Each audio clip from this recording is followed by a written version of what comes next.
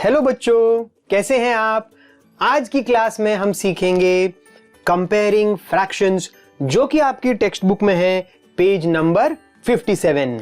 तो मैं आपसे रिक्वेस्ट करूंगा कि आप अपनी टेक्स्ट बुक जरूर साथ में लेके बैठा करें और एक नोटबुक भी साथ में रखें। चलिए शुरू करते हैं। आज का टॉपिक है हमारा कंपेयरिंग फ्रैक्शन और जैसा मैंने बताया ये है पेज नंबर 57 में।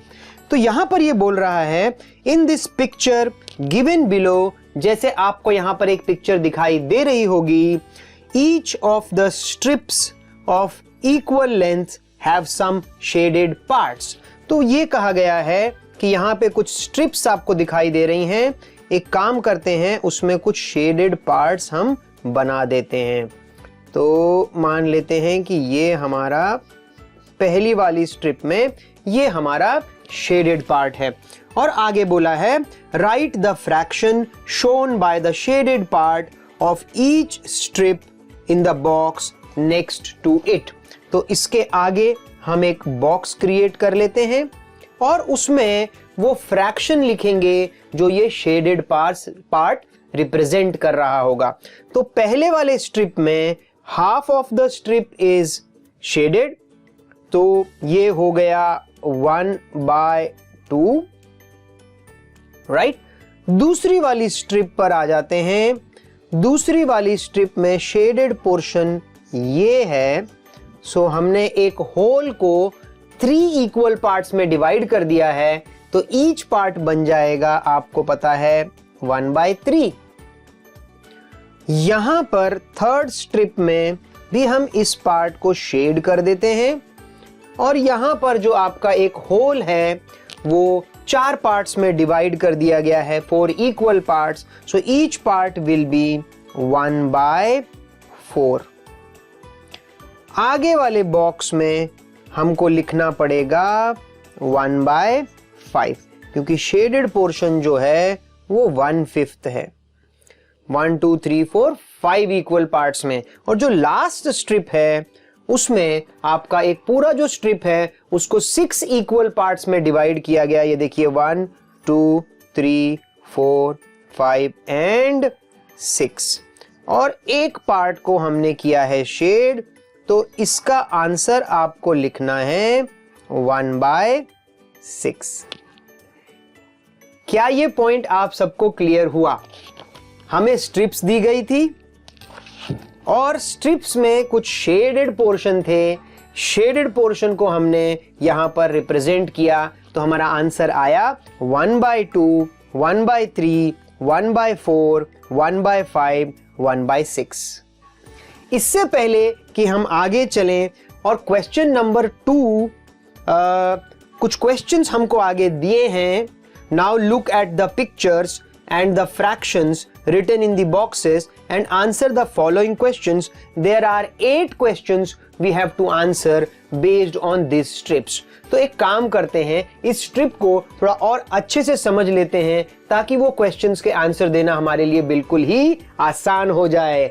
तो देखिए, यहाँ एक चीज आपने जरूर महसूस करी होगी कि इन सब स्ट्रिप्स में सबसे बड़ी स्ट्रिप सबसे पहले है और सबसे छोटी वाली स्ट्रिप जो शेडेड पोर्शन की मैं बात कर रहा हूं वो सबसे नीचे है। तो एक चीज हमने यहां पर ऑब्जर्व करी, वो ये है कि अगर ये देखिए 1/2 था, यहां 1/3, 1/4, 1/5, 1/6, यानी जैसे जैसे डिनोमिनेटर में नंबर इंक्रीज होता जाता है, ध्यान देना, ऊपर सबके 1 है, न्यूमरेटर सारे फ्रैक्शंस का 1 है, लेकिन डिनोमिनेटर जैसे जैसे इंक्रीज होता जाता है वैसे वैसे वो जो फ्रैक्शन है वो छोटा होता जाता है। ये चीज को आपको अपने माइंड में याद रखना है। जिस जिसका डिनोमिनेटर बड़ा होता जाएगा वैसे वैसे वो पूरा फ्रैक्शन एज अ होल छोटा होता जाएगा। So as and when the denominator of a fraction increases, the whole fraction decreases. याद रखना है, डिनोमिनेटर बड़ा होता जाएगा तो पूरा फ्रैक्शन छोटा होता जाएगा, या उसका उल्टा भी सही हो सकता है।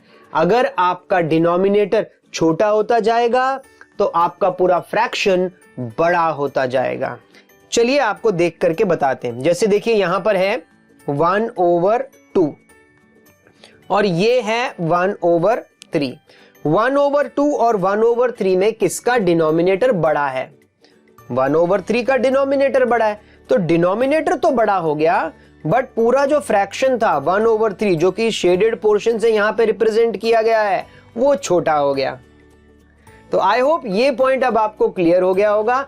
अगर आपका डिनोमिनेटर बड़ा है, ठीक है, तो आपका पूरा फ्रैक्शन क्या हो जाएगा? छोटा हो जाएगा, प्रोवाइडेड आपका जो न्यूमरेटर यहां पर है वो 1 1 1 1 ही होना चाहिए सब में, तभी आप उनके डिनोमिनेटर्स को कंपेयर कर सकते हैं। डिनोमिनेटर जितना बड़ा, फ्रैक्शन उतना छोटा। तो जब ये कॉन्सेप्ट आपका क्लियर हो गया है तो अब चलते हैं वो 8 क्वेश्चंस जो इसके बाद हमें दिए हैं, एक एक करके उनको टारगेट करते हैं और उनका आंसर ढूंढते हैं।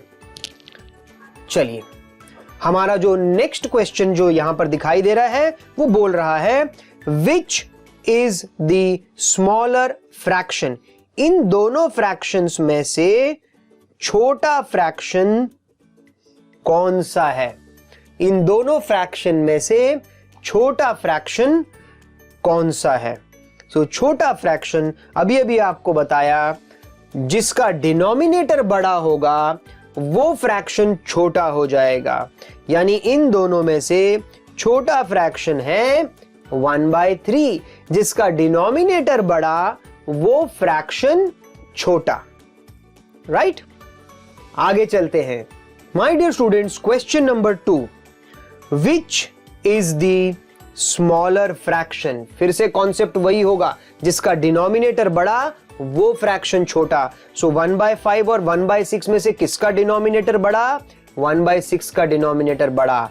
तो दोनों में से कौन सा छोटा fraction? 1/6 will be the smaller fraction. आगे चलते हैं। Question number 3 my dear students, which is the bigger fraction? So जिसका डिनोमिनेटर छोटा वो बड़ा फ्रैक्शन। तो डिनोमिनेटर किसका छोटा? इसका 3, इसका 5। सो यानी डिनोमिनेटर 3 छोटा है, यानी कि 1/3 हमारे पास आ गया बड़ा फ्रैक्शन। देखिए कितना सिंपल है ये। क्वेश्चन नंबर 4 में बोल रहा है राइट, या तो आपको ये वाला साइन या ये वाला साइन। आपको पता है ये साइन किसका होता है? ये साइन होता है ग्रेटर का। सो जो साइड ग्रेटर होती है उसकी तरफ को आपको ऐसे क्रोकोडाइल का मुंह कर देना होता है। राइट? तो चलिए शुरू करते हैं। पहले बोल रहा है 1/3 और 1/2 में देखते हैं बड़ा कौन सा है, जिसका डिनोमिनेटर छोटा, यानी 1/2 छोटा हुआ 3 से। सो यानी कि ये वाला फ्रैक्शन हो गया बड़ा, यानी 1/2 इज बिगर देन 1/3। सो जो बड़ा है उसकी तरफ हमने क्रोकोडाइल का मुंह कर दिया। आगे चलते हैं। 1/3 और 1/4 में कौन बड़ा? 3 बड़ा कि 4 बड़ा? 4 बड़ा। तो अगर 4 बड़ा तो 1/4 छोटा। तो ऐसे, ठीक है। 1/5 और 1/3, डिनोमिनेटर एक का 5, एक का डिनोमिनेटर 3। कौन सा डिनोमिनेटर बड़ा? 5 बड़ा। तो 5 बड़ा तो 1/5 छोटा, यानी 1/3 की तरफ हमने ऐसा कर दिया। आगे चलते हैं। इस क्वेश्चन में देखते हैं। इस क्वेश्चन में 1/2, 1/3, 1/4, 1/5 और 1/6 एक लाइन में लगे हैं। तो पहले शुरुआत से शुरू करते हैं। 1/2 और 1/3 में कौन बड़ा? आपको पता है 1/2 बड़ा। 1/3, 1/4 में कौन बड़ा? 1/3 बड़ा। 1/4, 1/5 में कौन बड़ा? 1/4 बड़ा। 1/5, 1/6 में कौन बड़ा? 1/5 बड़ा। जिसका डिनोमिनेटर बड़ा वो फ्रैक्शन छोटा। Students, let us come to question number 5। Question number 5 यहां पर आपको दिखाई दे रहा है। बोलता है as the denominator of the fractions with numerator 1 keeps increasing, what happens to the value of the fraction? जो मैं अभी तक आपको समझा रहा था हिंदी में, एग्जैक्टली वही चीज यहां पर इंग्लिश में दी गई है। बोलता है कि जैसे जैसे मान लेते हैं हमारे पास 4-5 फ्रैक्शंस हैं, सबका न्यूमरेटर वो क्या बोल रहा है? विद न्यूमरेटर 1, सबका न्यूमरेटर 1 है, और बोलता है जैसे जैसे आपका डिनोमिनेटर बड़ा होता जाता है वैसे वैसे फ्रैक्शन के ऊपर क्या असर पड़ेगा। आपने देखा जैसे जैसे डिनोमिनेटर बड़ा होता जाता है वैसे वैसे वो फ्रैक्शन छोटा होता जाता है। सो 1/2 1/3 में से 1/2 बड़ा, यहां 1/3 बड़ा, यहां 1/4 बड़ा, यहां 1/5 बड़ा। तो क्वेश्चन में पूछता है what happens to the value of the fraction. So we will write the value of fraction, the value of fraction क्या होगा, decreases, correct. The value of fraction decreases. Student, this is question number 6. Which is the smaller fraction and why? आपको दिया है 1/6 और 1/9. We have just now learned कि जिसका denominator बड़ा हो जाता है वो फ्रैक्शन छोटा हो जाता है। सो इसमें डिनोमिनेटर किसका बड़ा है, 9 का डिनोमिनेटर, 1/9 का जो डिनोमिनेटर है वो 9 है, वो बड़ा है, तो ये फ्रैक्शन हो जाएगा छोटा। स्मॉलर कौन सा है, तो हम बोलेंगे भाई 1/9 इज अ स्मॉलर। कोई क्वेश्चन पूछे कि व्हाई, तो आप बोलेंगे if the numerator is 1 then if the denominator increases the value of the fraction as a whole decreases. Let us come to question number 7. Question number 7 में बोलता है fill in the blanks करो, boxes में या तो greater than less than का sign लगाओ या equal to का साइन लगाओ। तो चलिए जल्दी जल्दी शुरू करते हैं। 1/8 1/10 इक्वल तो नहीं है दोनों, इनमें से जिसका डिनोमिनेटर बड़ा वो नंबर छोटा, तो यहां 1/8 बड़ा हो जाएगा, तो उसकी तरफ को हमने क्रोकोडाइल का मुंह कर दिया है। आगे आ जाते हैं 1/5 और 1/3 में।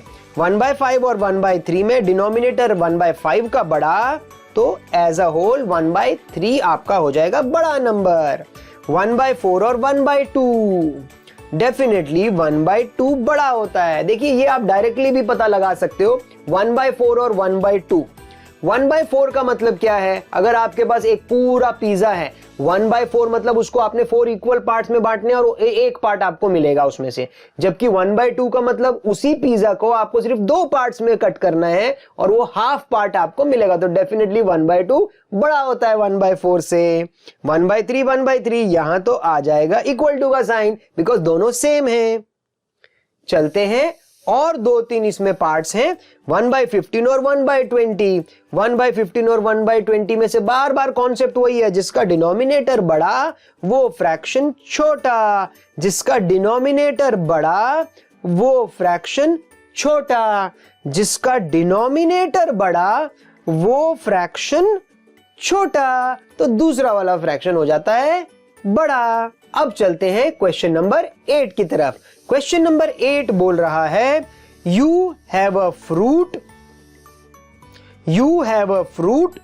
How will you explain that 1/4 is less than 1/2। आपके पास एक फ्रूट है, तो एक काम करते हैं, हम एक गुआवा जैसा एक फ्रूट ले लेते हैं, मान लेते हैं फ्रूट एप्पल या गुआवा कोई भी है, इसका पहले हाफ करते हैं। ठीक है, हाफ करने का मतलब है ऐसे उसको 2 पार्ट्स में कट कर दिया, ये हो गया हाफ। ठीक है, सो इसका ये हाफ हो गया, यहां पे ऐसे और ये ऐसे, ये हाफ और ये हाफ। अच्छा, वही सेम गुआवा लेता हूं और उसको 1/4 मतलब उसको 4 इक्वल पार्ट्स में, सो 1/4 1/4 1/4 1/4। सो आप देख रहे हैं आपके गुआवा का जो टुकड़े हैं वो ऐसे हो गए हैं।